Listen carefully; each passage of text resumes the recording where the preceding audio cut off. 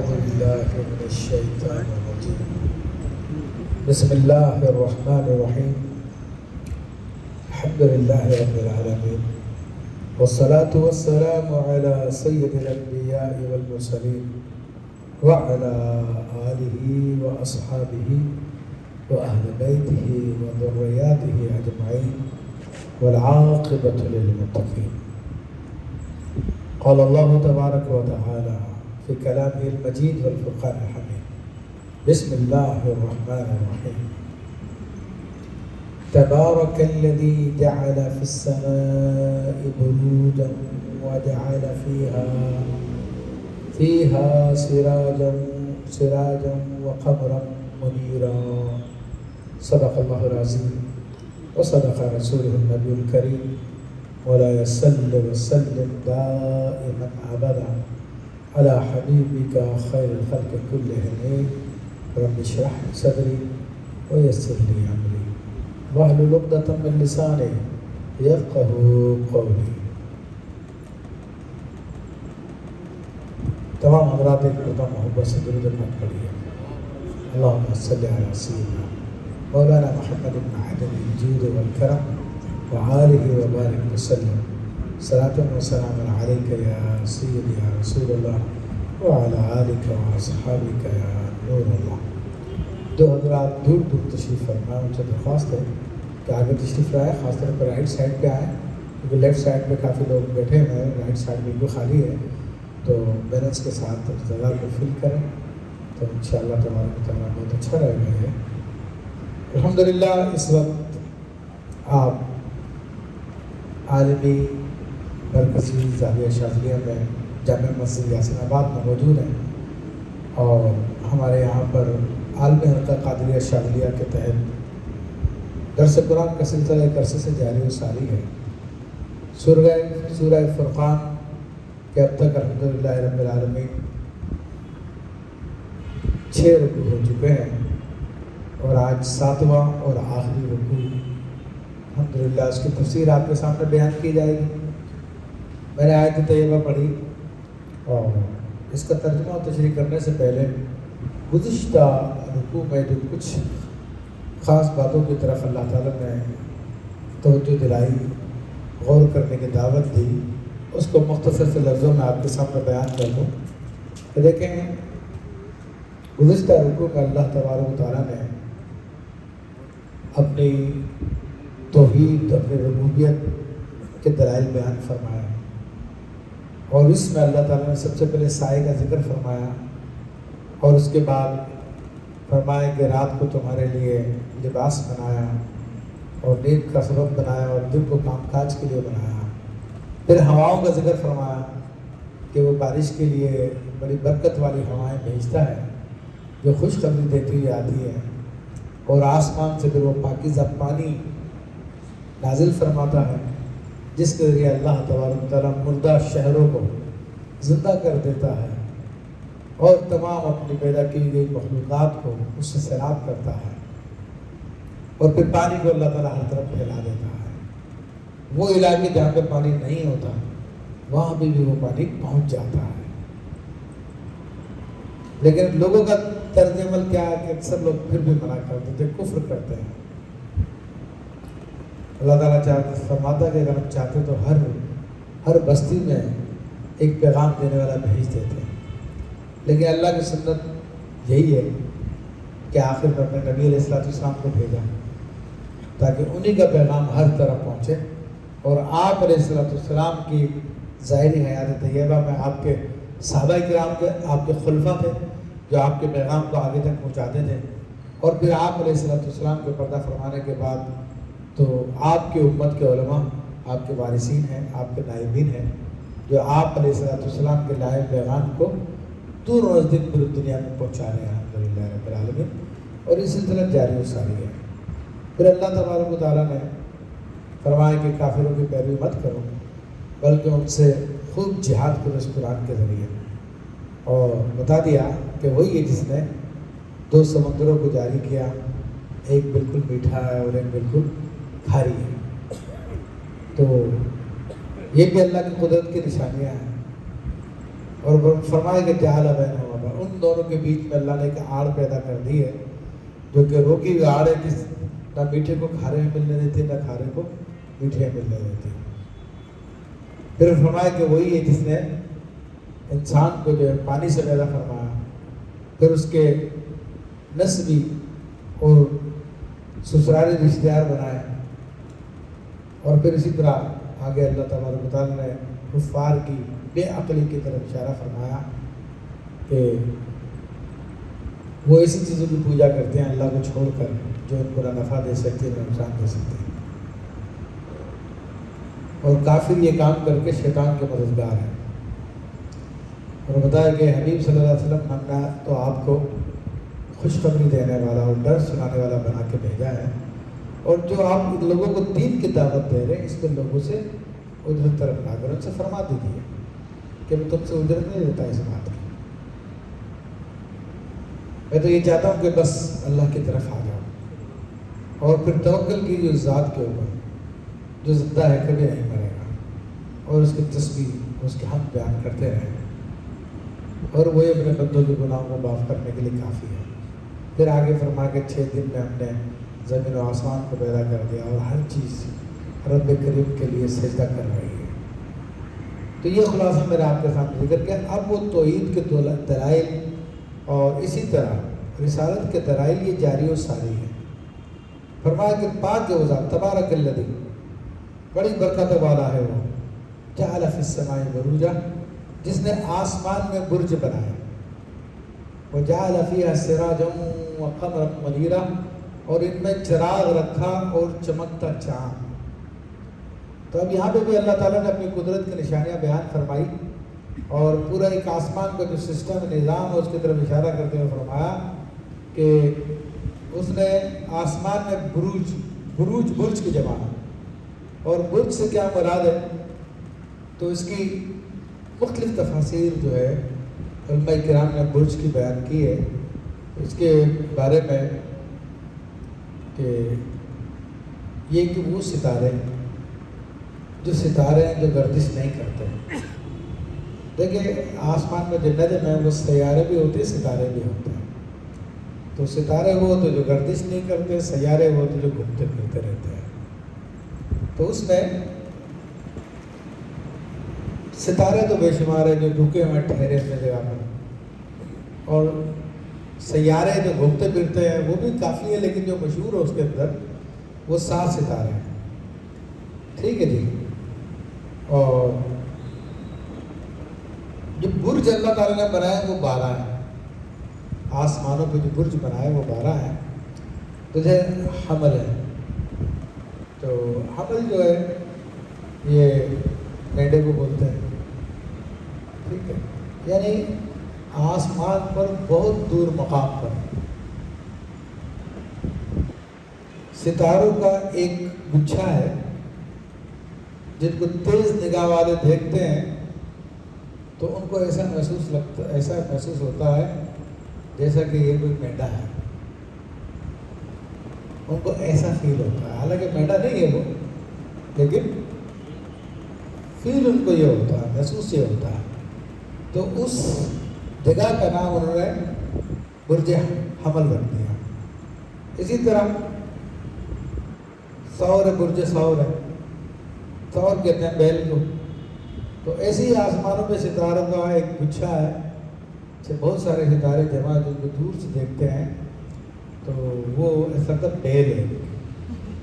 اسی طرح جوزا ہے اور سرطان ہے، یہ سارے کے سارے مختلف جانوروں کے صورتیں ہیں۔ تو جوزا جو ہے وہ کالے رنگ کی بکری کو کہا جاتا ہے، اسے سرطان ہے یہ کیکڑے کو کہا جاتا ہے، اسد ایک شیر کو کہا جاتا ہے، یعنی یہ مختلف گچھے آسمان پر مختلف مقامات پر، تو جن کو دیکھنے سے ایسا محسوس ہوتا ہے۔ سنبلا ہے، سنبلا اصل میں وہ گندم کا خوشے کو بولتے ہیں سنبل، تو اسی سے سنبلا۔ میزان ایسا لگتا ہے کوئی ترازو رکھا ہوا۔ عقرب بچھو کی شکل کا ایک گچھا۔ قوس یہ کمان کے جیسا ہوتا ہے۔ جدی یہ بھی ایک بکری ہوتی ہے جس کے اوپر کالے رنگ کی ہوتی ہے لیکن بیچ میں سفید نشان ہوتا ہے. ہمارے میں دلو بولتے ہیں، دلو، تو یہ دلو ہے، ڈول کو کہتے ہیں عربی زبان میں. ایسا لگتا ہے کوئی ایک ڈول رکھا ہوا. اور حوت، حوت کہتے ہیں بڑی مچھلی کو. تو اس سارے کے سارے مختلف جانوروں کے نام رکھے ہوئے. انگلش میں ان کے مختلف نام ہوتے ہیں. کوئی اسکارپیٹ کہلاتا ہے، کوئی لیو کہلاتا ہے، کوئی کیپریکاک کہلاتا ہے، کوئی کینسر کہلاتا ہے. انہوں نے اپنی زبان میں نام رکھے ہیں، ہندوؤں نے اپنی زبان میں نام رکھے ہوئے ہیں، لیکن یہ سب اس میں متفق ہے کہ یہ ہے صورت ہے. تو یہ اصل میں یہ جو گھومنے والے ستارے ہیں یہ ان کے لیے سمجھ لو کہ ان کے اسٹیشن کہلاتا ہے. اور مختلف جو 7 سیارے ہیں، ٹھیک ہے نا، یہ مریخ ہے، زہرہ ہے، عطارد ہے، یہ 7 جو مشہور ہیں. تو وہ مختلف جگہ ان کے اسٹیشن سے اور پھر ان کے مختلف معاملات ہوتے ہیں، وہ اس علم کی پوری ایک ڈیٹیل ہے. اور اسی سے سال کا تبدیل ہونا، دیگر معاملات کا ہونا وہ پتہ چلتا ہے.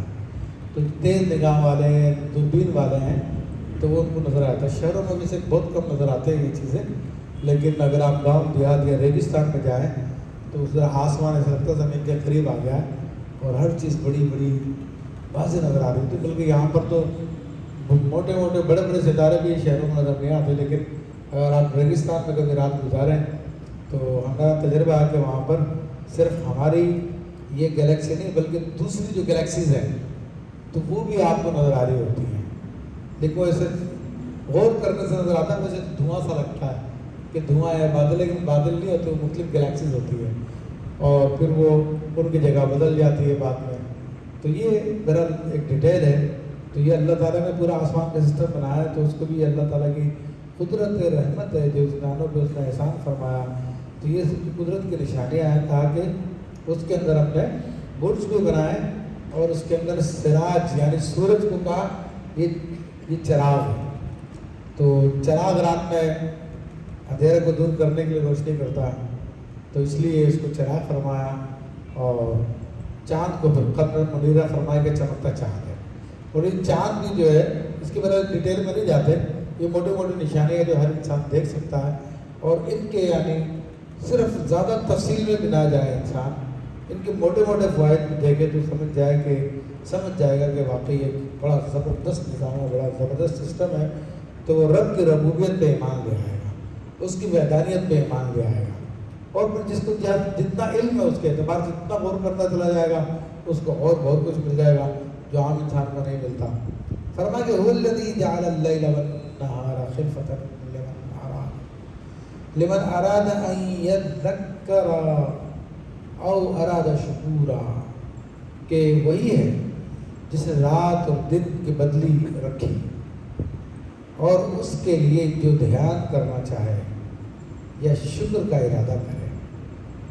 پھر مزید اپنے قدرت کی نشانیاں بتا دی ہیں، موٹی سی نشانیاں، رات کا جانا، دن کا آنا، دن کا جانا، رات کا آنا. تو یہ بدلی لگی ہوئی ان کا، ایک کے بعد ایک، ایک کے بعد ایک کے بعد. خلفتن کا معنی پیچھے، تو رات دن کے پیچھے، دن رات کے پیچھے، یہ ایک چکر لگا ہوا ہے. اور اس کو نائب بھی کہہ سکتے ہیں کہ رات جاتی ہے تو دن اس کا نائب ہو جاتا ہے اور دن جاتا ہے تو رات اس کے نائب ہو جاتی ہے. تو مختلف معنی ہے، یہ اللہ تعالیٰ نے اس کے اندر ایک ہی لفظ کے اندر یہ معنی سب بیان فرما دی ہے. اور یہاں پہ غور کرنے والوں کو دعوت دے دی کہ دیکھ لو. تو ایک دیہاتی انسان جس کو زیادہ نالج نہ ہو وہ بھی تھوڑا سا غور و فکر کرتا ہے اس سارے سسٹم پہ، سارے نظام پر. اس کو اتنی بات تو سمجھ میں آ جاتی ہے کہ اگر رات نہ ہوتا تو انسان مسلسل کام کرنے کے بعد تھک جاتا اور اس کو پریشان ہو جاتا، بیمار ہو جاتا. اور اگر دن نہ ہوتی تو سو کے انسان تنگ آ جاتا، تھک جاتا اور پھر کچھ بھی نہیں کر پاتا اگر دن نہ ہوتا. تو یہ موٹے موٹے فائدے اس کو بھی سمجھ میں آ جاتے ہیں.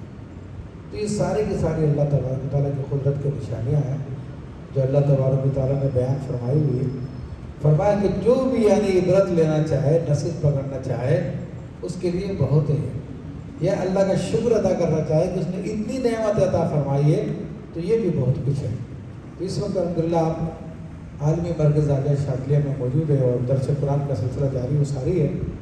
تو الحمدللہ پھر مزید اللہ تبارک و تعالیٰ نے آگے بیان فرمایا وَعِبَادُ الرَّحْمَنِ الَّذِينَ يَمْشُونَ عَلَى الْأَرْضِ هَوْنًا، اور رحمان کے وہ بندے کہ زمین پر آہستہ چلتے ہیں، وَإِذَا خَاطَبَهُمُ الْجَاهِلُونَ، اور جب جاہل ان سے بات کرتے ہیں قَالُوا سَلَامًا، تو کہتے ہیں بس سلام۔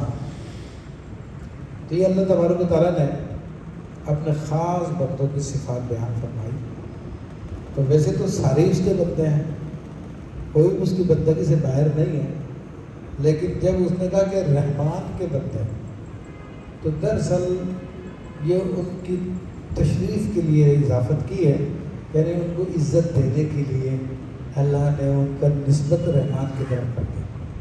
جس طرح بیت اللہ کہا جاتا ہے، تو یہ بیت اللہ خانہ کعبہ کو عزت دینے کے لیے بیت اللہ کہا جاتا، ورنہ اللہ تعالیٰ گھر سے پاک ہے، کوئی گھر ایسا نہیں جس میں وہ سما سکے، ٹھیک ہے۔ یہ ناقۃ اللہ حضرت صالح علیہ السلام کے اونٹنے کو کہا جاتا ہے، تو ناقۃ اللہ اس لیے کہا جاتا ہے کہ معاذ اللہ تعالیٰ تو پاک ہے اس بات سے کسی جانور پر سواری کرے، وہ صرف اس کو عزت دینے کے لیے۔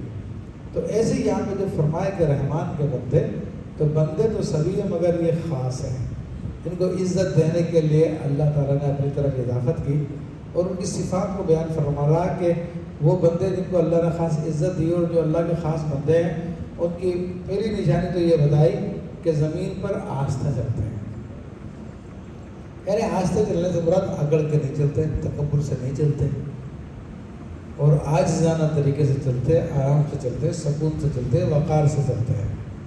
تو یہ اللہ تعالیٰ کا خاص کرم ہے اپنے بندوں پر، اور جو لوگ اگڑ کر اور تکبر سے چلتے ہیں، فخر سے چلتے ہیں، تو وہ اللہ کے مرغوز بندے ہیں جن کو اللہ تبارک و تعالیٰ ہلاک فرما دیتا ہے، کچھ ذلیل رسوا فرما دیتا ہے، اور آج نہیں تو کل فرما دے گا۔ زمین پر آج اب طاقت کے بل پر اپنی جھوٹی عزت قائم کی ہوئی ہے، کوئی ان کے عیب بتا دے اور ان کے لیے دکھائے کہ تم چوڑیاں پہننے کے قابل ہو، تمہیں شرم نہیں آتی، تو کوئی اگر ان کو بول دے تو اس کو اٹھا کے جیل میں ڈال دیتے ہیں، حالانکہ واقعی چوڑیاں پہننے کے قابل ہے یہ لوگ، کہ فلسطین میں مسلمان مارے جا رہے ہیں اور یہاں پر ہاتھ پہ ہاتھ دھرے بیٹھے ہوئے ہیں، اور مسلمانوں کے لیے کوئی آواز اٹھانے کے لیے تیار نہیں ہے، تو جو بھی حق بات بولتے تو اس سے ناراض ہو جاتے ہیں۔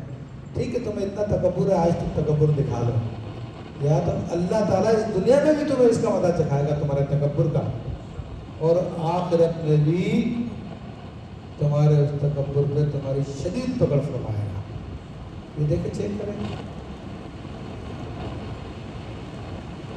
درود پاک پڑھیے، اللہم صلی علی سیدنا محمد المعدن الجود والکرم وآلہ وبارک وسلم، صلاۃ والسلام علیک یا سیدی یا رسول اللہ وعلی آلک واصحابک یا نور اللہ۔ تو عزیزان محترم، بات یہ ہوئی تھی کہ اللہ کے جو نیک بندے ہوتے ہیں وہ تکبر نہیں کرتے اور زمین پہ عاجزی کے ساتھ چلتے ہیں، عام مسلمانوں کی طرح چلتے ہیں، اور جو متکبرین ہوتے ہیں جو چلتے ہیں تو ان کے لیے راستے خالی کیے جاتے ہیں اور ہٹو بچوں کے نعرے لگائے جاتے ہیں، یہ متکبرین کی نشانیاں ہوتی ہیں۔ تو اس چیز سے مسلمانوں کو گریز کرنا چاہیے، مطلب دنیا و آخرت میں اس کا بہت برا انجام ہے۔ فرمایا کہ کوئی جاہل لوگ جب ان سے بات کرتے ہیں تو پھر جاہلوں سے بحث نہیں کرتے، وہ اللہ کے خاص بندے جو ہوتے ہیں وہ جاہلوں سے بحث نہیں کرتے، اس کی غلط بات کا غلط جواب بھی نہیں دیتے، بلکہ خاموشی اختیار کر لیتے اور جان چھڑوانے کے لیے کہتے ہیں السلام علیکم، چلو آپ اپنی رائے لیجیے، ہم اپنی رائے لیں گے، منع کر دیتے ہیں ہمیں تم سے بحث نہیں کرنی، یہ کوئی اچھی بات کہہ کے اسے جان چھڑوا لیتے ہیں۔ تو یہ اللہ کے نیک بندوں کا طریقہ کار ہے، تو اللہ تبارک تعالیٰ نے بیان فرمایا یہاں پر والذین یبیتون لربہم سجدا وقیاما، اور وہ جو رات کاٹتے ہیں اپنے رب کے لیے سجدے اور قیام میں۔ تو اب یہ اللہ تعالیٰ نے ایک اور علامت بنائی اپنے بیان کی اپنے نیک بندوں کی، کہ ایسے لوگ جو زمین پہ عاجزی کرتے ہیں اور جاہلوں سے منہ نہیں لگتے، ان سے بحث و مباحثہ نہیں کرتے، ان میں سے ایک علامت یہ بھی ہے کہ وہ راتوں کو اللہ کے لیے سجدے کرتے ہیں، قیام کرتے ہیں۔ تو یہاں پر نماز تہجد کی طرف بھی اشارہ ہے، اور نماز تہجد تو خیر بہت بڑی فضیلت کی بات ہے، اور اللہ کے نیک بندے رات کے اکثر حصے میں عبادت کرتے ہیں اور باقی اس سے بہت کم حصے میں سوتے ہیں۔ یہ اللہ کے خاص بندوں کی علامت ہے، مگر اس امت کے لیے بڑی آسانی رکھ دی گئی ہے کہ حضرت ابن عباس رضی اللہ تعالیٰ عنہ فرماتے ہیں کہ عشاء کے بعد بھی اگر کوئی شخص 2 رکعت یا 4 رکعت پڑھ لے تو انشاءاللہ ان لوگوں میں شامل ہو جائے گا جو رات بھر اللہ تعالیٰ کے لیے قیام کرتے ہیں، سجدہ کرتے ہیں، ان لوگوں کی فضیلت اس کو مل جائے گی۔ اور یہ بھی حدیث شریف میں آیا کہ جو عشاء کی نماز جماعت سے پڑھے تو اس کو آدھی رات قیام کرنے کا ثواب ملتا ہے، آدھی رات عبادت کرنے کا ثواب ملتا ہے، اور فجر کی نماز بھی اگر جماعت کے ساتھ پڑھ لے تو باقی آدھی رات کا ثواب بھی مل جاتا۔ گویا کہ عشاء اور فجر کی نماز باجماعت پڑھنے والوں کو پوری رات عبادت کا ثواب مل جاتا ہے۔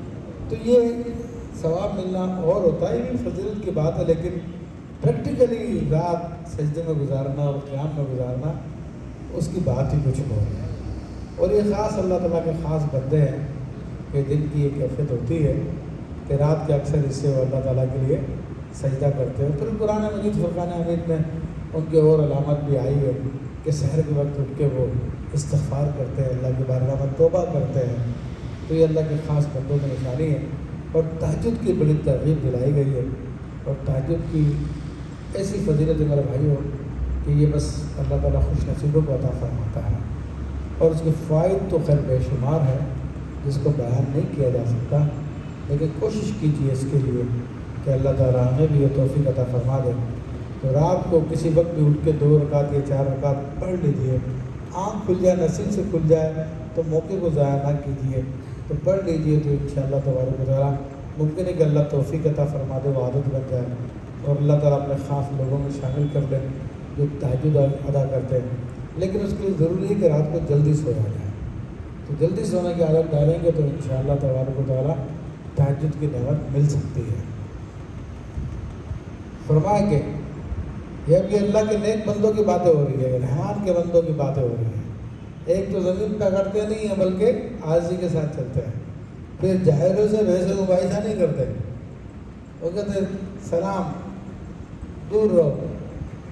اور دوسری بات یہ کہ وہ رات گزارتے اپنے رب کے لیے سجدہ کرتے ہوئے، قیام کرتے ہوئے۔ اس سے مراد پوری رات نہیں ہے، اس سے مراد رات کا کچھ حصہ یا اکثر حصہ ہے۔ اور نبی علیہ السلام نے پوری رات جو ہے یہ قیام نہیں کیا کرتے تھے، پوری رات جو عبادت نہیں فرمایا کرتے تھے، آپ آرام بھی فرماتے تھے اور تہجد بھی پڑھتے تھے، بلکہ تہجد پڑھ کے پھر آرام فرما لیا کرتے تھے۔ وہ ٹائم کے اوپر ڈپینڈ کرتا ہے، اگر فجر میں ٹائم بالکل کم ہے تو پھر نہیں آرام فرماتے، اور اگر ٹائم ہوتا تھا تو اس طرح سے بعض روایتوں میں آتا ہے کہ آپ بالکل یعنی ایسے ہو کے نہیں لیٹتے ہیں جس سے گہری نیند آئے، بلکہ اپنے ہاتھ کھڑا کر کے اور اسی ہاتھ کے ٹیک لگا کے اسی انداز میں کونے کے اوپر آپ آرام فرماتے تھے، تو یہاں تک کہ فجر کے ٹائم تک تھوڑا دھونکا آ جایا کرتا ہے، باقی جو ہے وہ آپ فجر کے لیے پھر کھڑے ہو جایا کرتے تھے۔ پھر کہ والذین یقولون، اب یہ اتنے نیک لوگ ہیں جو سجدے میں رات گزارتے ہیں، قیام بھی کرتے ہیں، لیکن اس کے باوجود اللہ تعالیٰ سے توبہ طائب ہوتے رہتے ہیں کہ والذین یقولون ربنا اصرف عنا عذاب جہنم، عرض کرتے ہیں کہ ہمارے رب ہم سے پھیر دے جہنم کا عذاب۔ تو یہ پھر اللہ تعالیٰ کی بارگاہ میں دعا بھی کرتے ہیں، یعنی عبادتیں کر کے تکبر میں مبتلا نہیں ہوتے کہ ہم تو بہت عبادت گزار ہیں، ہمارے تو جہنم سے ہمارا کیا تعلق، ہمارے لیے تو جنت ہے، بس جہنم سے ہم بچا لیے گئے، تو اس قسم کے چکروں میں نہیں پڑتے وہ اللہ تعالیٰ سے ڈر رکھتے رہتے ہیں، ڈرتے رہتے ہیں، عبادتیں کرتے پھر بھی اللہ تعالیٰ سے دعا کرتے ہیں اللہ تو ہمیں اپنے جہنم سے بچا رہے، کیونکہ جانتے وہ بے نیاز ہو۔ ان عذابھا کان غراما، اور بے شک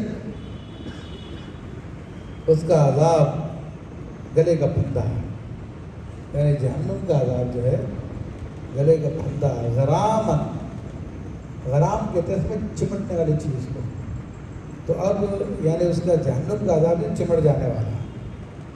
اچھا اسی سے غریب نکلا، غریب کہتے ہیں قرض وصول کرنے والے کو عام طور پر، مقروض کو بھی کہتے ہیں. اور آپ کو پتا قرض وصول کرنے والا میرے مقروض کو چھوڑتا نہیں، اس کو پیچھے پیچھے لگا رہتا، جہاں پہ جائے اس کو پکڑ لو گا. تو بزرگ فرماتے ہیں کہ قرض وصول کرنے والا تو پھر بھی کبھی کبھار چھوڑ دیتا ہے، لیکن یہ جہنم کا جو عذاب ہے نا ایسا چمٹ کے رہتا کہ بالکل بھی نہیں چھوڑے گا. بڑا سخت اس کے اندر معاملہ ہے. انہا ساعت مستقر و مقاما، اور بے شک وہ بہت ہی بری ٹھہرنے کی جگہ ہے. تو اب قرآن مجید فرقان حمید نے توحید کی دلائل بھی بیان فرمائے، پھر اللہ کے نیک بندوں کی شانیں بھی بیان فرمائی، اور پھر جو اللہ کی توحید کا انکار کرتے ہیں، دین اسلام کا انکار کرتے ہیں، ان کے حوالے سے بتا دیا کہ ان کے لیے جہنم ہے، اور جہنم کا عذاب پھر چھوڑے گا، جان نہیں چھوڑے گا. یہ بہت برا ٹھکانہ ہے، یہ بہت برا مقام ہے. یہ اس سے بچنے کی کوشش کرو، اور اس سے بچنا بڑا آسان ہے.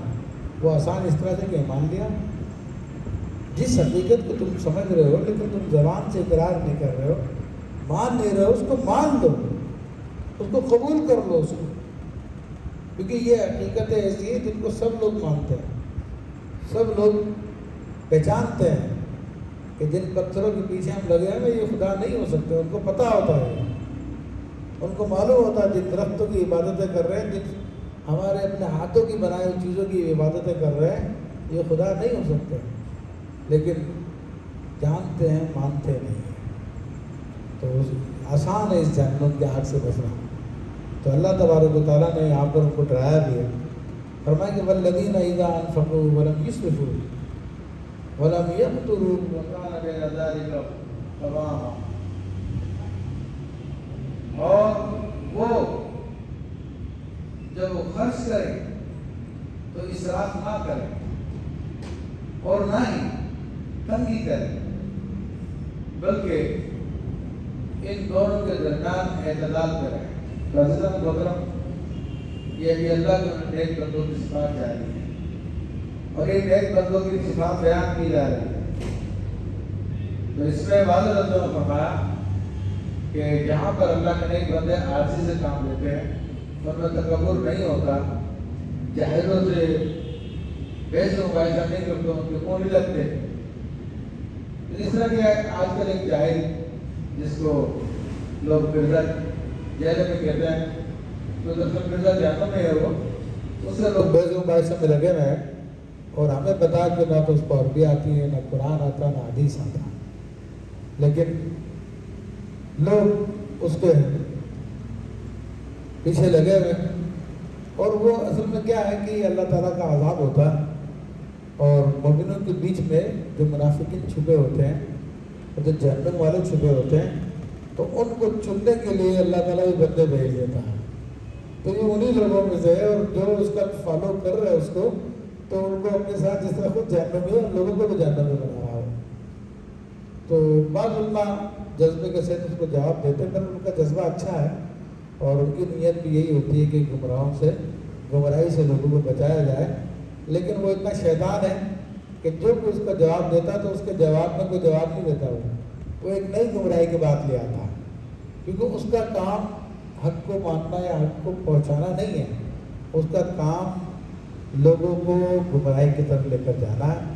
تو کتنے علماء نے اس کی غلط باتوں کا جواب دیا، لیکن کسی کا وہ جواب دے نہیں سکا. تو بہرحال اس قسم کے جاہلوں سے اگر آمنا سامنا ہو جائے تو پھر ان کو منہ نہیں لگاتے، کہتے ہوئے دور رہو تم، اور پھر اپنی رات جو ہے وہ سجدے میں قیام میں گزارتے ہیں، اور اس کے باوجود اللہ تعالیٰ سے جہنم کی پناہ مانگتے ہیں. اور فرمائے کہ اور وہ لوگ کہ جب خرچ کریں تو اسراف نہ کریں. دیکھیں اسراف کہتے ہیں فضول خرچی کو، اور فضول خرچی کی تعریف کیا ہے تو اس کے بارے میں بہت سارے اقوال ہیں. مختصر بات کرتے ہوئے عرض یہ ہے کہ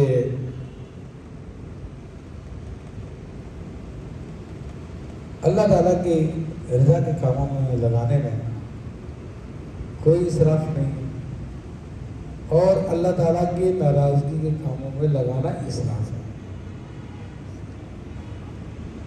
اسی طرح اور تنگی نہ کرنا، کنجوسی نہ کرنا. تو اس سے مراد یہی ہے کہ جہاں پہ اللہ تعالیٰ کے لیے خرچ کرنا وہاں پہ اپنے ہاتھ کو نہ روکے، وہاں پہ خرچ کریں. اور اگر اللہ کے راہ میں خرچ کرنا تو وہاں پہ خرچ نہیں کیا تو یہ تنگی کرنا ہے، کنجوسی کرنا. تو یہ ڈیٹیل میں جانے کے بجائے مختصر لفظوں میں نے آپ کو بتا دیا کہ جب اللہ کی رضا کے کاموں پہ خرچ کریں گے تو اس میں اسراف نہیں ہے، اور اللہ کی ناراضگی کے کاموں میں لو لہب میں خرچ کریں گے تو وہ سراسر چاہے تھوڑا خرچ کریں وہ سارا کا سارا اسراف. اور اگر اللہ کی رضا کے کاموں میں خرچ کرنے سے ہاتھ کو روکتا ہے تو یہ بڑی تنگی کی بات ہے، بڑی کنجوسی ہے. اور اللہ کی ناراضگی کے کاموں میں ہاتھ کو روک لیتا، تب کر لیتا ہے تو اس میں کوئی کنجوسی نہیں ہے. تو اللہ تعالیٰ نے اپنے نیک بندوں کی نشانیاں بتائی کہ نہ تو وہ فضول خرچ ہیں اور نہ ہی کنجوسی کرنے والے ہیں. یعنی نہ تو وہ برائی کے کاموں میں خرچ کرتے ہیں اور نہ ہی نیکی کے کاموں میں اپنے ہاتھ کو روکتے ہیں، وہاں پہ خرچ کرتے ہیں. وَكَانَ بَيْنَ ذَلِكَ قَوَامًا، اور ان کے درمیان میں اعتدال میں ہوتے ہیں. وَالَّذِينَ لَا يَدْعُونَ مَعَ اللَّهِ إِلَٰهًا آخَرَ. اب مزید علامتیں بیان ہو رہی ہے رحمان کے بندوں کی کہ جو اللہ کے ساتھ کسی اور کو معبود بنا کر نہیں پوجتے، اور وہ جو اللہ کے ساتھ کسی دوسرے کو معبود سمجھ کر نہیں پوجتے، معبود نہیں بناتے، تو ایک جو ان کی رائے یعنی شرک نہیں کرتے. تو عزیزان محترم، میں نے ابھی آپ کو بات ذکر کی تو اللہ تعالیٰ ہم سب کو شرک سے اور غیر خدا کی عبادت سے ہمیں بچائے. اور ابھی تھرماگر گیا تھا میں تو عمر کوٹ میں مشہور قلعہ ہے عمر کوٹ کا قلعہ، تو احباب کر لیں گے چلو قلعہ کو دیکھ لیجیے آپ. تو ہم قلعہ دیکھنے کے لیے گئے تو وہاں بھی میوزیم میں دیکھ رہے تھے تو کھدائی کے درمیان میں وہ کچھ مورتیاں نکلی، کچھ پتھر نکلے، تو وہ بتا رہا تھا کہ یہ ہندوؤں کے فلاں فرقے کا خدا ہے، یہ فلاں فرقے کا خدا ہے. پھر ایک کچھوا تھا تو کہا کہ یہ کچھا بھی جو ہے نا، کچھوا، یہ بھی ان کا خدا ہے. تو ویسے تو ہر نفع دینے والی اور نقصان پہنچانے والی چیز ان کے مذہب میں خدا کہلاتی ہے. یہاں تک کہ انسانی شرم گاہیں، مردانہ عوض، زنانہ عوض، وہ بھی ان کے نزدیک خدا کی حیثیت رکھتے ہیں، اور ان کے بھی باقاعدہ انہوں نے مندر بنائے ہوئے ہیں. یہ ساری کی ساری چیزیں ان کے یہاں پر ہے. تو ایمان مگر اللہ تعالیٰ کی توفیق سے ملتا ہے. عقل اللہ نے دی ہے مگر یہ عقل اس وقت کام کرتی ہے جب اللہ تعالیٰ چاہے. تو آج ہم اگر مومن ہیں تو اللہ تعالیٰ کے فضل سے، اس کے کرم سے، اس کے احسان سے، اپنے عقل سے نہیں ہے. کیونکہ ممکن ہے کہ پتھروں کی عبادت کرنے والے، یہ درختوں کی عبادت کرنے والے، مورتیوں کی عبادت کرنے والے، اپنے ہاتھوں سے مورتی بنا کے پوجنے والے، ممکن ہے حساب کتاب میں ہم سے زیادہ تیز ہو، بڑے زبردست میتھمیٹیشین، ممکن ہے کہ علم فلکیات میں ہم سے زیادہ نالج رکھتے ہوں، ممکن ہے فزکس اور کیمسٹری ہم سے زیادہ جانتے ہو، ممکن ہے کہ دیگر لاجک اور جتنے بھی عقلی سائنس ہیں ہم سے زیادہ جاننے والے ہیں. لیکن اس کے باوجود وہ لوگ ان چیزوں کے اندر لگے ہوئے ہیں. اور اللہ نے ہم پر یہ احسان فرمایا کہ ان چیزوں کی برائی کو ہمارے سامنے ظاہر کر دیا کہ جو چیز ہم اپنے ہاتھ سے بنا رہے ہیں، جو کسی کو نفع نہیں دے سکتی، نقصان نہیں دے سکتی، بلکہ وہ خود ہماری مرہون منت ہے، تو اس کی عبادت کیسے کی جائے گی؟ انسان اس سے اشرف ہوا، کیونکہ جو چیز اشرف ہوتی ہے تو نچلے درجے کی مخلوق اس کی طرف جھکتی ہے. اور یہاں پہ الٹا حساب کتاب ہے کہ ہاتھوں کی بنائی ہوئی مورتیاں ان کو خدا سمجھ کر ان کی عبادت کی جا رہی ہے، حالانکہ انسان خود بنانے والا تو انسان افضل ہوا. تو یہ عقل کے بھی خلاف ہے. تو میرا اللہ تعالیٰ یہاں پہ فرما رہا کہ وہ اللہ کے سوا کسی اور کی عبادت نہیں کرتے. اگر یہاں پر ایک اور میں ایک بات بیان کر دوں، وَالَّذِينَ لَا يَدْعُونَ مَعَ اللَّهِ إِلَٰهًا آخَرَ. تو لوگ اس کا بعض مسلمانوں پر کفر و شرک کے فتوے لگانے کے لیے اس آیت کا ترجمہ غلط کرتے ہیں اور کہتے ہیں اور وہ جو نہیں پکارتے اللہ کے ساتھ کسی اور کو خدا. تو اب یہاں پہ پکارنے کا معنی کر دیا. حالانکہ دعا یدعو پکارنے کے معنوں میں بھی آتا ہے، مگر وہ دعا کرنے کے معنوں میں بھی آتا ہے، یعنی دعا کرنا، عبادت کرنا. تو جب بھی اس قسم کی آیتیں آتی ہیں تو یہاں پر اس کا معنی عبادت کرنا ہوتا ہے. لیکن چونکہ یہ غلط ترجمہ کر کے مسلمانوں میں کفر کی فتوے لگانا ان کے لیے آسان ہو جاتے ہیں، کیونکہ شیطانوں کا ایک گروپ ایسا ہے جس کا کام مسلمانوں پہ شرک کے فتوے لگانا ہے. تو آپ نمازیں پڑھتے ہوں، اللہ کے سوا کسی اور کو خدا نہیں بھی مانتے، لیکن اگر آپ ان کے فرقے میں نہیں ہیں تو آپ کو مشرک قرار دے دیں گے. تو یہاں پر یہ 420 کرتے ہیں. فرمائیں گے وَلَا يَقْتُلُونَ النَّفْسَ الَّتِي حَرَّمَ اللَّهُ، اور نہ ہی قتل کرتے اس جان کو جس کو اللہ نے حرام کیا ہے، اور نہیں قتل کرتے اس جان کو جس کو اللہ نے حرام کیا. یعنی بغیر حق کے ہم کسی کو قتل نہیں کر سکتے، تو وہ اللہ نے ہم پہ حرام کیا الا بالحق، سوائے یہ کہ اس کا حق بنتا تھا قتل کرنے کا. یعنی قصاص میں اس کی جان لینا چاہ رہا ہے تو قصاص میں لے سکتا ہے حکومت اسلامیہ کے قانون کے مطابق. اور اسی طرح جہاد کر رہا ہے اور وہ آپ کے مقابلے میں آیا ہوا ہے تو اس کی آپ جان لے سکتے ہیں. یا یہ ڈاکو ہے زبردستی ڈاکہ زنی کر رہا ہے اور آپ پہ حملہ آوا ہے، آپ کو قتل کر دے گا، آپ اپنی جان بچانے کے لیے اس کو قتل کر رہے ہیں. تو یہ سب حق کی صورتیں ہیں. تو کہا اس کے علاوہ کسی کو قتل نہیں کرتے. ولا یزنون، اور نہ ہی زنا کرتے ہیں. تو اب اللہ تعالیٰ نے یہ ساری کی ساری باتیں بیان کر دی اپنے نیک بندوں کی. وَمَن يَفْعَلْ ذَلِكَ يَلْقَ أَثَامًا، اور جو یہ کام کرے وہ سزا پائے گا. يُضَاعَفْ لَهُ الْعَذَابُ يَوْمَ الْقِيَامَةِ وَيَخْلُدْ فِيهِ مُهَانًا، اور بڑھایا جائے گا اس پر عذاب قیامت کے دن، اور ہمیشہ اس میں ذلت سے رہے گا. اب یہ آیت اللہ تعالیٰ نے بیان فرما دی ہے کہ مومن بندوں کی شان کیا ہے. نہ تو قتل کرتے کسی کو بلا وجہ کے، اور نہ ہی وہ زنا کرتے ہیں، اور نہ ہی اللہ کے ساتھ کسی کو شریک کرتے ہیں. یہ رحمان کے خاص بندوں کی علامتیں ہیں. مگر فرمایا کہ جو ایسا کرے گا تو وہ اس کی سزا پائے گا، اور اس کے لیے عذاب دگنا کر دیا جائے گا قیامت کے دن، اور اس میں ذلت کے ساتھ ہمیشہ رہے گا، یعنی عذاب میں. إِلَّا مَن تَابَ وَآمَنَ وَعَمِلَ صَالِحًا، سوائے وہ کہ جو توبہ کر لے، ایمان لے آئے اور نیک عمل کرے. فَأُولَٰئِكَ يُبَدِّلُ اللَّهُ سَيِّئَاتِهِمْ حَسَنَاتٍ، تو یہ ہم لوگ کہ اللہ تبارک و تعالیٰ ان کے گناہوں کو نیکیوں میں تبدیل کر دے گا. وَكَانَ اللَّهُ غَفُورًا رَحِيمًا، اور بے شک اللہ تعالیٰ بخشنے والا مہربان ہے. تو عزیزان محترم یہاں پر دیکھیں اللہ تبارک و تعالیٰ نے توبہ کرنے پر کتنی عظیم بشارت عطا فرمائی ہے. تو توبہ کرنے پہ، نیک اعمال کرنے پر اللہ تبارک و تعالیٰ اس کے گناہوں کو بھی نیکیوں میں تبدیل کر دے گا.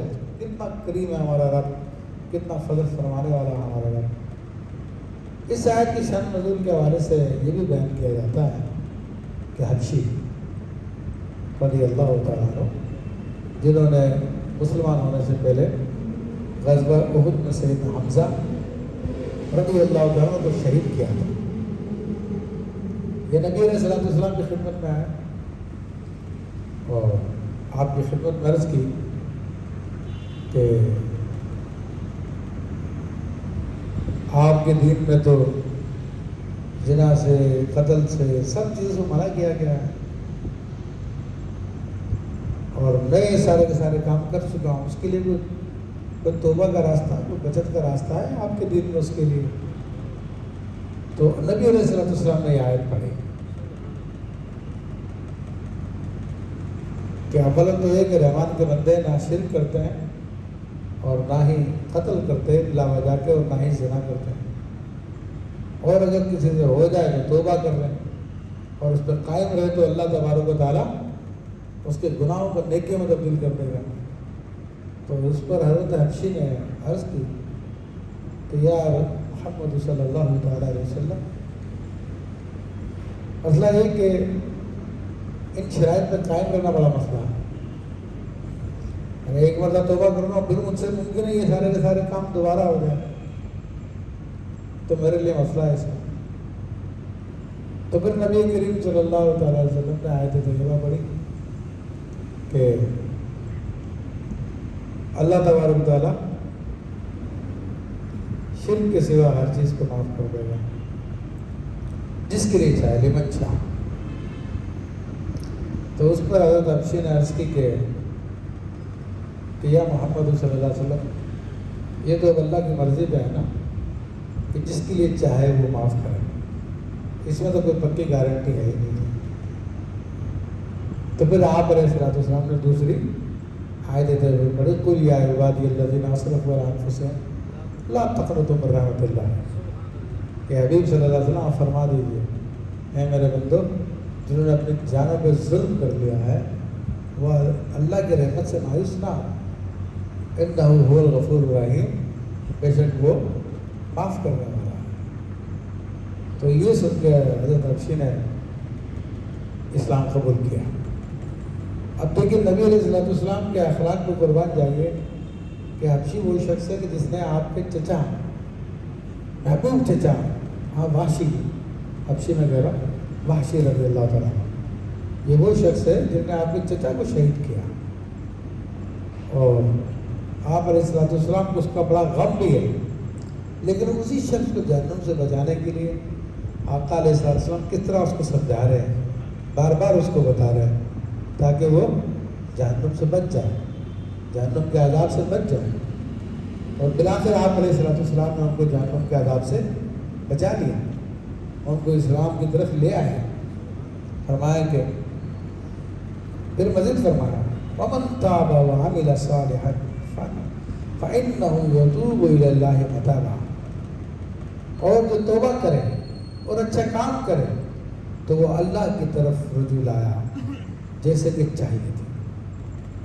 تو عزیزان مطلب یہی بات دوبارہ سے بیان کی گئی ہے کہ پہلے بتا دیا تھا کہ جو توبہ کر لے تو اللہ تعالیٰ اس کے نیکیوں کو، گناہوں کو نیکیوں میں تبدیل کر دے گا، اور اللہ کا مغفرت فرمانے والا مہربان ہے۔ مگر پھر فرمایا وَمَنْ تَابَ وَعَمِلَ صَالِحًا، اور جس نے توبہ کی اور نیک اعمال کیے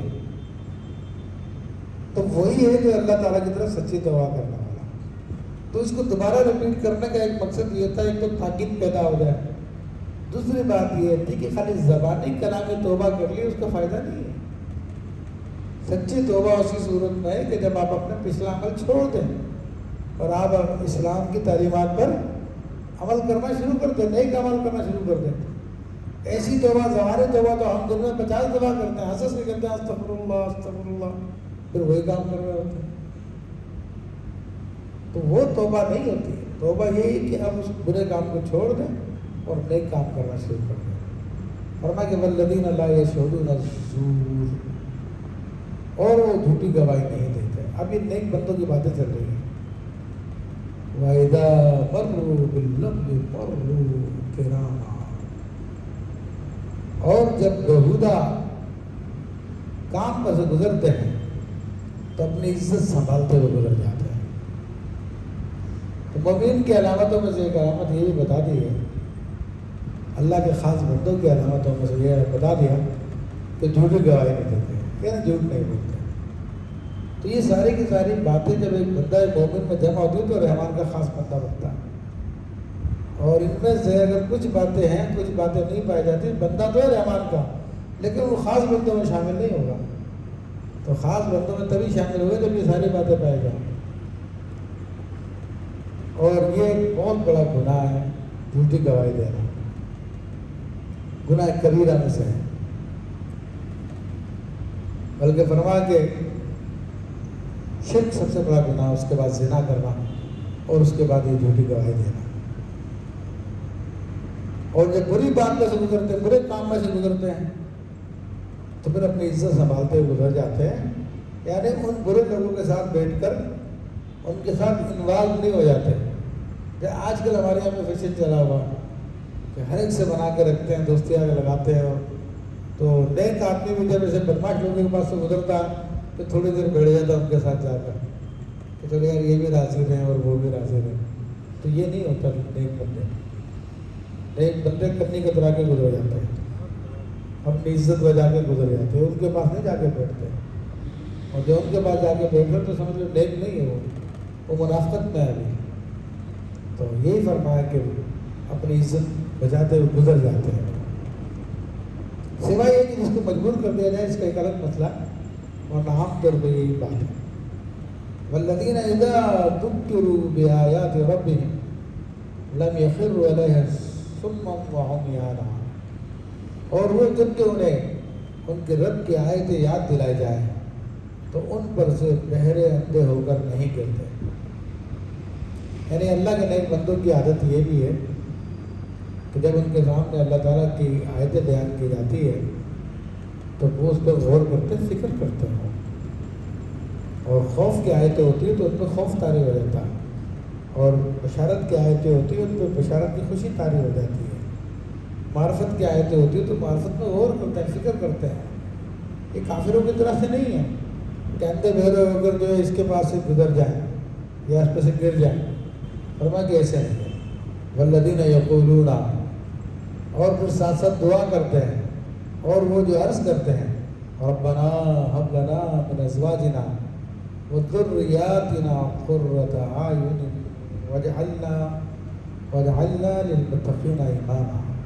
اور وہ عرض کرتے ہیں ہمارے رب ہمیں دے ہماری بیویوں سے اور ہماری اولاد سے آنکھوں کی ٹھنڈک. یعنی دعا کرتے ہیں کہ ہماری بیویوں سے بھی ہمیں آنکھوں کی ٹھنڈک دکھا اور ہماری اولاد سے بھی آنکھوں کی ٹھنڈک دکھا. تو آنکھوں کی ٹھنڈک سے مراد یہ نہیں ہے کہ دنیاوی اعتبار سے ان کی بیویاں بڑے کام کی ہوتی ہیں اور ان کے بیٹے وغیرہ بڑے ماہر ہوتے ہیں، بڑے دنیاوی صلاحیتوں کے ماہر ہوتے ہیں. اس سے مراد یہ نہیں ہے.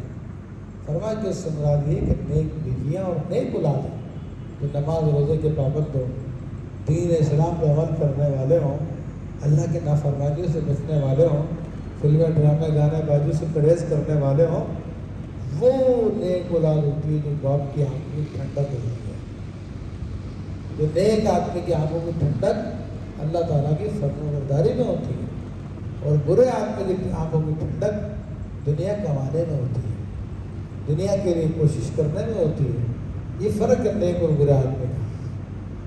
برا آدمی اگر اس کی اولاد گناہ کرے، جو کچھ کرے لیکن پیسے کما کے دے، بولتا ہے بڑا اچھا میرا بیٹا بڑا پیارا. اور نیک آدمی کو ہوتا ہے کہ اولاد کی نیکیاں دیکھ کے خوش ہوتا ہے. اور یہی اللہ کے نیک بندوں کا طریقہ ہوتا ہے، آنکھوں کی ٹھنڈک. تو جب انسان سکون میں آتا ہے، جس چیز سے سکون ملتا ہے تو اس کو کہتے ہیں کہ آنکھوں کی ٹھنڈک. پھر دو وجہ، ایک عربی میں ایک وجہ یہ بھی ہے، عربی میں کہتے ہیں کہ جب کسی انسان کو غم کے آنسو نکلتے ہیں تو گرم ہوتے ہیں، لیکن جب خوشی کے آنسو نکلتے ہیں تو ٹھنڈے ہوتے ہیں. تو خوشی کے آنسو میں آنکھیں ٹھنڈ ہو جاتی ہیں، اور غم کے آنسو سے انسان کی آنکھیں گرم ہوتی ہیں. تو عربی میں کہتے بھی اللہ تعالیٰ تمہاری آنکھوں کو ٹھنڈا کرے. تو یہ یہاں پر یہی ہے کہ اللہ تعالیٰ سے دعا کرتے کہ اللہ ہماری بیویوں میں سے اور ہماری اولاد میں سے ہمیں نیک اولاد دے دے جو ہماری آنکھوں کی ٹھنڈک کا باعث بنے، اور ہمیں متقیوں کا امام بنا دے. وجعلنا للمتقین اماما، پرہیزگاروں کا پیشوا بنا دے. اب یہ دیکھیں، ایک تو پرہیزگار ہوتا ہے، متقی ہوتا ہے، مگر اللہ تعالیٰ سے دعا کیا کرائی جا رہی ہے نیک بندوں کے ذریعے کہ تو صرف نیک نہ بنا بلکہ نیکیوں میں جو سب سے بڑھ کر ہے. یعنی جو ظاہر سی بات ہے، ہم کہتے ہیں جاہلوں کا سردار، تو جاہلوں کا سردار اس کو کہا جاتا ہے کہ جہالت میں سب سے بڑھ کر ہوتا ہے. ٹھیک ہے. تو اسی طرح جب کہتے ہیں عالموں کا سردار تو اس شخص کو کہا جائے گا جو علم میں سب سے بڑھ کر ہو. تو اسی طرح سے جب ہم کہتے ہیں متقیوں کا امام، پرہیزگاروں کا امام، تو مراد یہ کہ دوسرے لفظوں ہم دعا کر رہے ہیں اللہ تعالیٰ تو ہمیں سب سے بڑا پرہیزگار بنا دے. اور یہ دعا کرنی چاہیے، مسلمانوں کو کرنی چاہیے اور جب اللہ تعالیٰ سے جب دعا کرتے ہیں تو پھر اللہ تعالیٰ قبول بھی فرماتا. فرمائے گا اولئک یجزون الغرفۃ بما صبروا ویلقون فیہا تحیۃ وسلاما.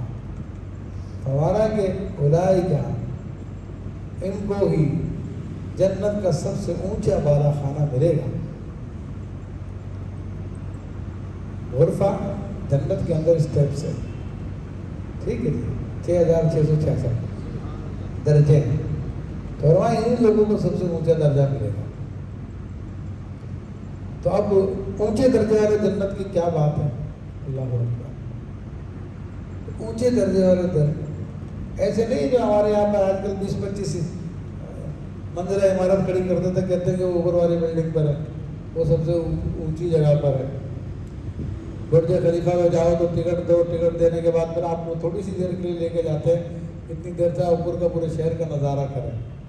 اور یہ جتنی اونچی بلڈنگیں ہوتی ہیں جس سے پورے شہر کا نظارہ ہوتا ہے, وہ بڑے مہنگے فلور ہوتے ہیں. ایسے نہیں ہیں. جنت کے اندر اونچے اونچے درجے ایسے ہوں گے کہ جیسے کہ آج آپ ستاروں کو دیکھتے ہو, وہ فلانا ستارہ, وہ فلاں ستارہ, اتنی دور کے درجات ہوں گے. وہ صدیق اکبر کا مقام, وہ سیدنا علی رضی اللہ تعالیٰ کا, وہ فلاں صحابی کا مقام. ایسے اونچے اونچے درجے ہوں گے. تو فرمائیں کہ جو ان چیزوں پہ عمل کر رہے ہیں, جو یہ سارے کے سارے کام کر رہے ہیں, تو ان کو اللہ تعالیٰ فرمائے کہ اونچے درجے کا کمرہ عطا فرمائے گا. یجزون الغرفۃ, سب سے غرفہ کمرے کو بولتے ہیں, بالا خانے کو بولتے ہیں, یعنی اوپر کی بلڈنگ. تو یہ ان لوگوں کو اللہ تعالیٰ عطا فرمائے. اور وہاں پہ کیا ہوگا, وہاں پہ لوگ ان کو سلام کیا جائے گا, ٹھیک ہے, ان کی پیشوائی ہوگی, تحیت ہوگی, ان کو سلام پیش کیا جائے گا. یا تو آپس میں سلام کر رہے ہوں گے, یا رب کا سلام آ رہا ہوگا, یا یہ کہ فرشتے ان کو سلام کر رہے ہوں گے. سبھی چیزیں ان کے لیے ثابت ہیں. اور کتنا فرق ہے اوپر کی دنیا میں اور نیچے کی دنیا میں, جنت کے اوپر کے درجے میں اور نیچے کے درجے میں. علامہ قرطبی نے یہ روایت لکھی احوال القیامہ میں کہ نچلی دنیا, جنت کی جو نچلی دنیا ہوگی, تو ایک مرتبہ ان کے محلات پہ روشن ہو جائیں گے. ایک بجلی کا وہاں پہ کنڈا ہوگا, جیسے کہ بادل چمکتے تو بجلی کڑکتی ہے, روشنی ہوتی ہے, تو شور تو نہیں ہوگا لیکن بجلی سے روشن ہو جائے گا سب کچھ. تو سب حیران ہوں گے آج کیا معاملہ ہوگا, کہ آج یہ ہماری جنت میں, ہماری دنیا میں اتنی روشنی کیسے ہو گئی. تو انہیں بتایا جائے گا کہ آج اوپر والی جنت کا ایک جنتی نے ذرا گردن نکال کے تمہاری دنیا کی طرف دیکھا, تو یہ اس کی چہرے کی چمک ہے جو تمہارے در و دیوار, تمہارے گھر بار روشن ہو گئے. ایسے اونچے اونچے وہ درجے ہوں گے. تو وہ کہا کہ ملیں گے کب, بما صبر, صبر کیا جنہوں نے. صبر کس بات پہ کیا, تو کوڑے مارنا تھا جو صبر کیا ہے, کوئی عذاب ہو رہا تھا جو صبر کیا نہیں. یہ نفس کی خواہشات پہ صبر کیا کہ فجر کا ٹائم ہوتا ہے, نفس بولے سو جا, آرام کر لے, اس کو قربان کرتا ہے, نفس کی خواہش کو پر صبر کرتا اور کھڑا ہوتا ہے اللہ تعالیٰ کے بارگاہ میں. رات کو نیند چڑھی ہے, بولے سو جا, بعد میں پڑھ لیا نماز. کہا نہیں, پہلے نماز پڑھو پھر سو جاؤ. یہ صبر کرنا ہے.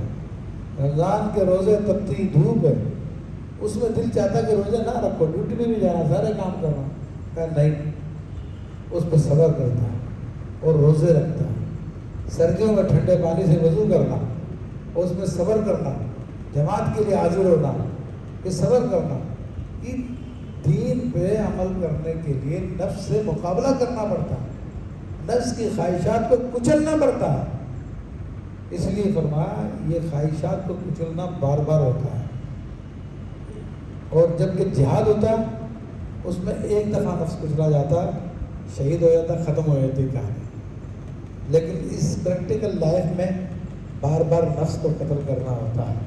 اس لیے فرمایا رجعنا من الجہاد الاصغر الى الجہاد الاکبر, کہ ہم جب جہاد سے لوٹے صحابہ کرام، آپ علیہ السلام نے فرمایا کہ آپ چھوٹے جہاد سے ہم بڑے جہاد کی طرف آ گئے، کیونکہ یہاں پہ قدم قدم پر آپ کو اپنے نفس سے مقابلہ کرنا پڑتا ہے، اور جو لوگ اس میں مقابلہ نہیں کرتے اور نفس کے سامنے ہار جاتے ہیں تو اس میں لوگ کافروں کا طرز عمل اختیار کر لیتے ہیں، اپنے نفس کی باتوں میں آ کے نہ فجر کا پتہ، نہ ظہر کا پتہ، نہ عشاء کا پتہ، دنیا داری کے چکر میں لگے رہتے ہیں، نمازوں کو چھوڑ دیتے ہیں۔ تو فرمایا کہ صبر کرنے کی بدولت یہ اونچے درجے کی جنت ملے گی، اور اس میں پھر سلامتیاں ان کو پیش کی جائیں گی۔ دنیا میں بار بار مرا تھا نا، تو وہاں پہ بار بار سلامتیاں ملیں گی، خالدین فیہا، اور ہمیشہ اس میں رہیں گے، یعنی تھوڑی دیر کے لیے نہیں گئے، اب ہمیشہ اس میں رہیں گے۔ حسنت مستقرا و مقاما، کیا ہی اچھے ٹھہرنے کی اور بسنے کی جگہ ہے۔ شوق دلایا جا رہا ہے جنت کا کہ مومنو یہ کام مشکل نہیں ہے، کرو یہ کام۔ قل ما یعبأ بکم ربی لولا دعاؤکم، تم فرماؤ تمہاری کچھ قدر نہیں میرے رب کے یہاں اگر تم اسے نہ بولو۔ تو اب یہ بھی بتایا جا رہا ہے کہ جو رب کی عبادت نہیں کرتے تو اس سے رب کو کوئی فرق نہیں پڑتا، یعنی اگر تم رب کی عبادت نہ کرو تو تمہاری کوئی حیثیت نہیں ہے، رب کو تمہاری عبادت کی ضرورت نہیں ہے، یہ تو صرف تمہاری بھلائی کے لیے عبادت کا حکم دیا گیا ہے تاکہ تم آخرت میں کامیاب ہو جاؤ۔ فقط کذبتم سوف یکون لزاما، تو تم نے جھٹلایا تو اب ہوگا عذاب کہ لپٹ رہے گا، یعنی اب ان کو تنبیہ پھر کی جا رہی ہے مکہ کو، کفار کو، غافلین کو، کہ تم اپنے رب کو جھٹلا رہے ہو، رب کی باتوں کا انکار کر رہے ہو، تو پھر یہ چمٹ جانے والا عذاب تمہیں لگ جائے گا تمہارے ساتھ، جو کبھی بھی نہیں چھوڑے گا۔ تو عزیزان محترم، یہاں پر الحمدللہ ہماری یہ سورہ فرقان پوری ہو گئی، اور اللہ تعالیٰ سے دعا کرتے ہیں کہ اللہ تبارک و تعالیٰ ہمیں قرآن مجید کو سمجھنے، اس پر عمل کرنے کی توفیق عطا فرمائے۔ آمین بجاہ النبی۔